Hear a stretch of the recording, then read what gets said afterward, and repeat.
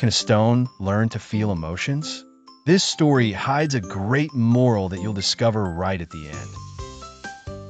At the top of a cliff, where the wind whispers secrets, lived Poma, a volcanic stone who dreamed of knowing what joy was.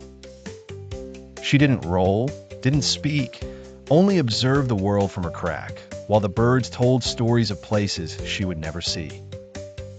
One day, a mole with huge glasses named Trun appeared, digging right beneath her base, searching for rare stones for his collection. "What a special shine!" exclaimed Trun, rubbing his whiskers. "I've never seen a stone that pulses with the light of the sunset." Poma felt something new, a kind of internal tingling, as if the mole's words had left an imprint on her hardness. Curious, Trun decided to speak to her every day. Although Poma didn't respond, he told her everything: his cave, his dreams, even his fear of the sun. Lunar cycles passed.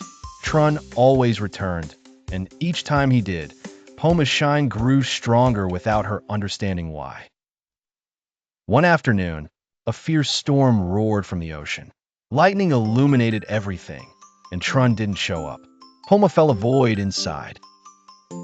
The rock, which had never moved, trembled. It was as if something was pushing her from the center, an impulse that was impossible to explain. Trun was trapped in a ravine. His tunnel had collapsed, and for the first time, Poma wished she weren't an immobile stone. Without knowing how, her body began to crack. A green light, like life itself, sprouted from within her and traveled down the cliff. With a rumble that shook the ground, Poma rolled for the first time, breaking branches, leaping over rocks, defying her nature. She fell right in front of the ravine where Trun lay wounded. Her light guided a group of fireflies that alerted the valley's foxes.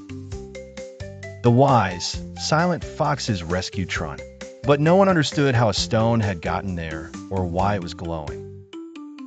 Trun, still weak, stroked her cracked surface. "Thank you, Poma. You knew how to feel when I didn't know how to ask for help." From that day on, Poma never returned to the cliff. She stayed by Trun's side, in a small cave surrounded by roots that vibrated with energy. The forest animals visited her for advice, as if in her silence, there were answers that no one else could provide. Over time, Poma understood that what she had felt wasn't magic, but love. A love that's unspoken, but transforms. Every time a heart nearby beat strongly, Poma shone.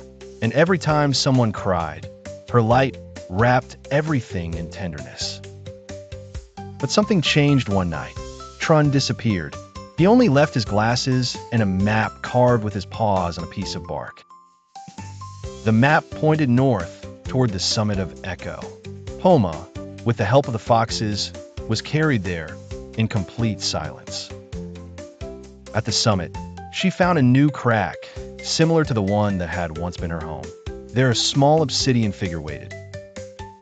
It was a stone shaped like a heart, made by Trun. In its center, a message: to feel is to live, even if you are a stone.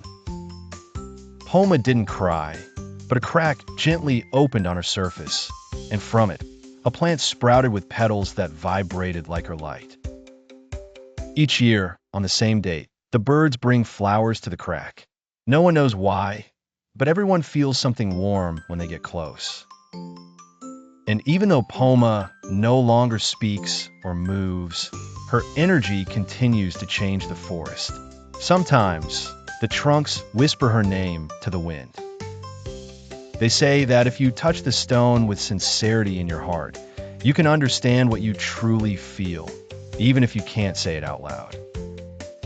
Poma never knew what it was to be human, but she knew more about the soul than many who walk with feet and arms.